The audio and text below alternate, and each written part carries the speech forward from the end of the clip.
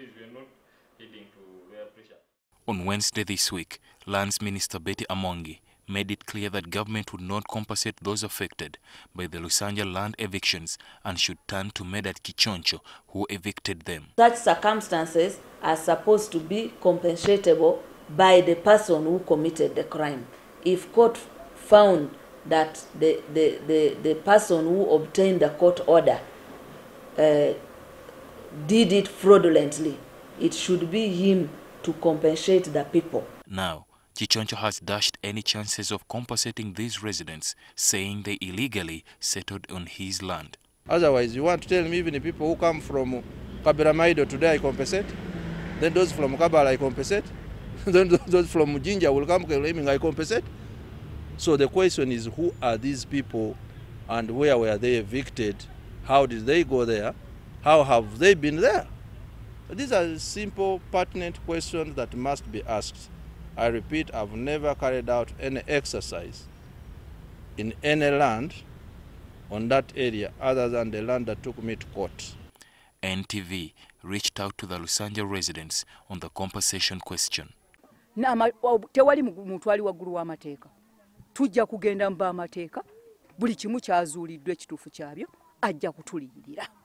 The president came here, he promised us that if we win this case, because there was a case in court, if we win it, the government will compensate us.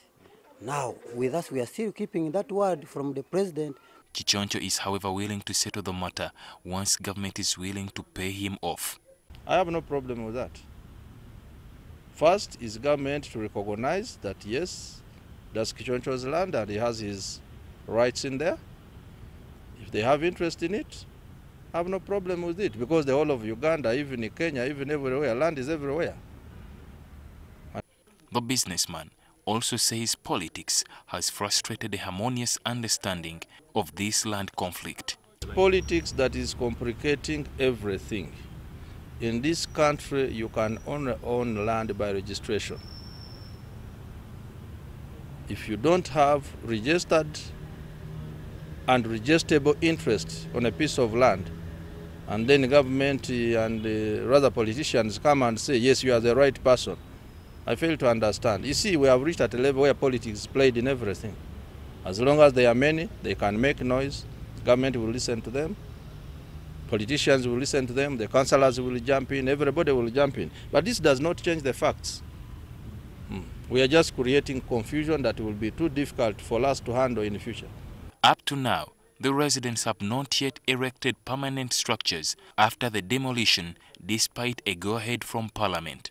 Nakubya wakabanda kange kano kubanga yo tent akabanda kasinga ko ku tent kubanga kati kana kabanda tent bwe badde kuba bwejja yiyo mbadde njisula mwawo tent bwe kuba bwejja oyina okubanga oyina okuweka abaana n'obeera omongo oyimiridde kubanga oyina ogikwata bwejjula ama obeera okosinda kabusindisimazi zoti. Meanwhile, the government says it is ready to provide aid to the Lusanja residents through the Office of the Prime Minister.